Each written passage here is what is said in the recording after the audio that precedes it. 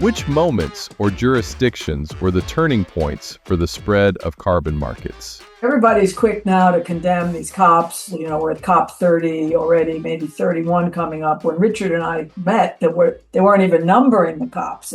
They were -1 COP. I think it was COP 3 in 97 or 90. So the Joyce Foundation approved the grant. Richard and his team, had an excellent team, had design.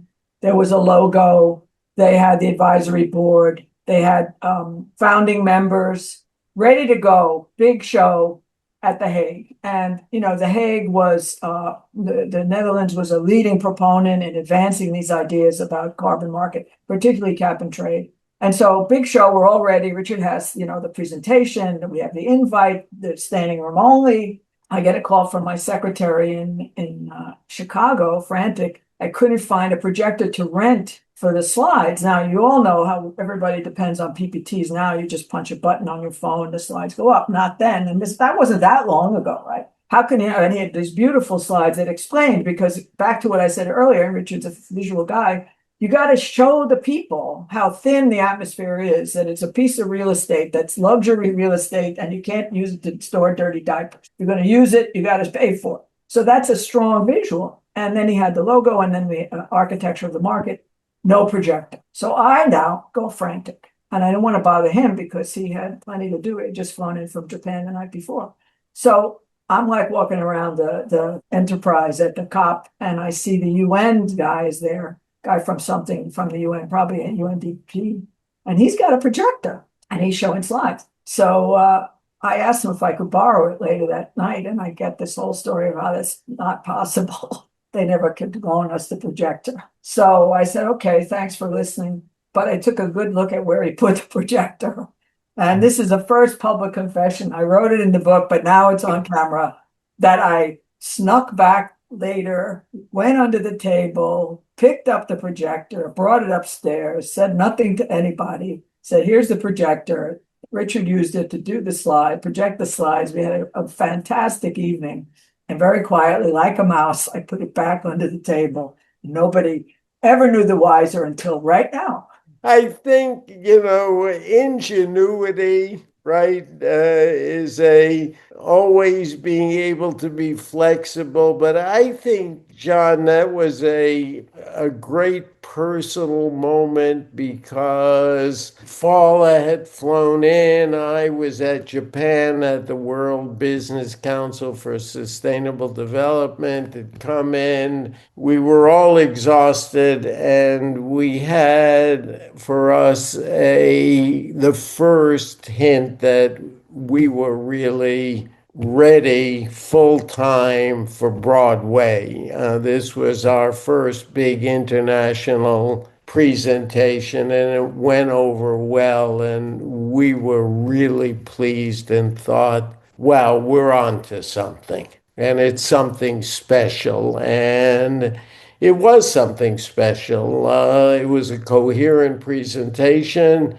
It had the credentials of the Joyce Foundation, of the president who had flown in for this meeting. We had some backing from the World Business Council. We had members like Ford and DuPont. We were ready for showtime. Things don't get done this way anymore. But, these were really important things that happened. So, Richard had some experience, a lot of experience in London with the London Exchange. And I don't remember who got the call, Richard, but somebody got a call from a fellow named Henry Derwent, who was chief of staff, I think, or pretty close to Tony Blair, who was then the prime minister of the UK. And the UK Brexit hadn't happened. The EU was bubbling, but hadn't come into full fruition yet. Henry says, can you link up CCX? Now, this is a voluntary thing, but huge compared to anything else. And that's another important achievement. We had more emissions capped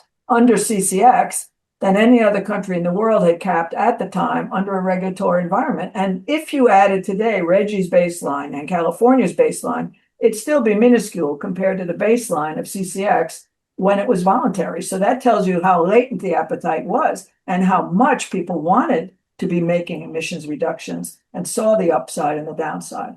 UK calls, and Richard, I think, calls Ron Myosin at Baxter Pharmaceutical, was a very enthusiastic member. And the question was how to link CCX to the UK and the EU ETS system, not only conceptually, but practically. And another achievement is we taught a lot of people about cap and trade markets. Richard practically gave a masterclass every day to anybody who was involved. So Ron, immediately thinks, well, we have an account in the EU ETS.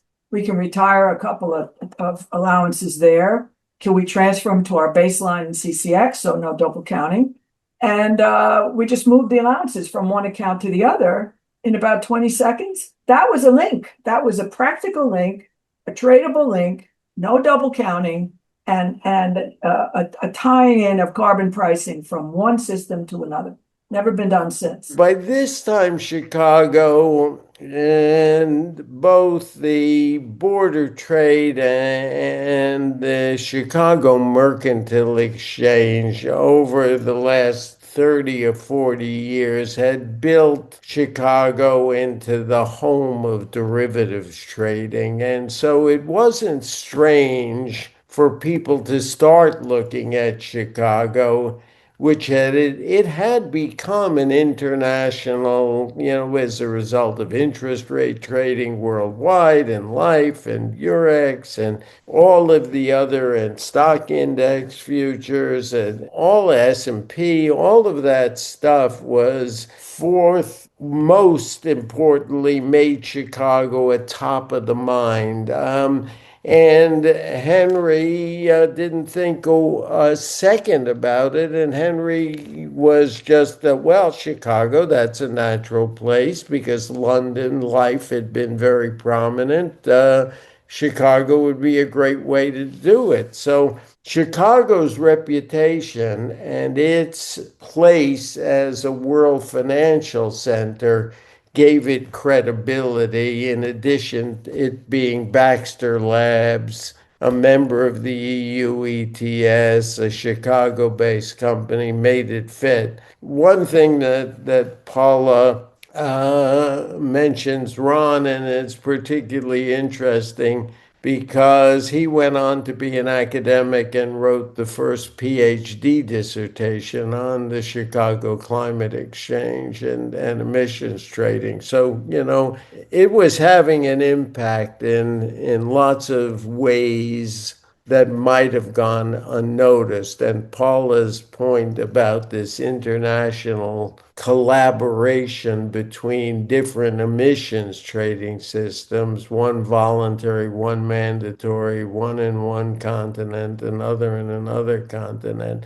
should not be underestimated. You can't possibly leave out China. And of course, I'll go out on a limb and say if the United States had implemented a cap and trade at the time when it had the possibility of doing so and came so close to doing so, with CCX sitting there with a lot of traders already on the platform and our reputation in China, because we'd set up the pilot program in Tianjin, which is a whole other story, we probably could have done a linkage then between China and the US too, and probably the EU through us. We could have made a kind of demo of what linkage would look like, because we had a critical mass of traders and companies and emitters and offsetters who were global. Almost all the major companies in CCX had a global footprint and gradually were becoming more and more involved in China. In fact, DuPont, which was one of our earliest members, had a big operation in China and hosted us many times. American Chamber of Commerce hosted us many times, where we spoke to most of the CEOs or China heads for almost every company in China. That back to the missed opportunity. I think that was not our missed opportunity, but a missed opportunity for the world that we didn't go forward at that time. Which all the preparation was there, and it was just that was a sort of a tragedy. No, just on missed opportunity. It was 2010. Paula had prepped me and worked together, and we went and visited John Markey, if you remember, and he was so enthusiastic about it. We weighed in, we got Paula's plan and architecture of the being in charge of government policy found every member who had a factory or location in every congressional district in America. So whenever I appeared at a congressional hearing, I knew exactly Baxter had this, DuPont had that, American Electric Power had this, International Paper had that. We worked diligently. We got Peterson, who was from Minnesota and head of the Ag Committee, a special 300-page manager's amendment to Waxman-Markey. It included, and we had a colloquy about it, that CCX participants would get credit for early action. The stage had been totally set. And it was bipartisan in the House support with Waxman and Markey. Then, with a 60 Senate Democratic, John McCain leading the Republican effort, it died. And that to me is a moment of grief when it could have all passed quite easily, but for lots of different reasons, it didn't go. And I think that's probably one of the biggest missed opportunities.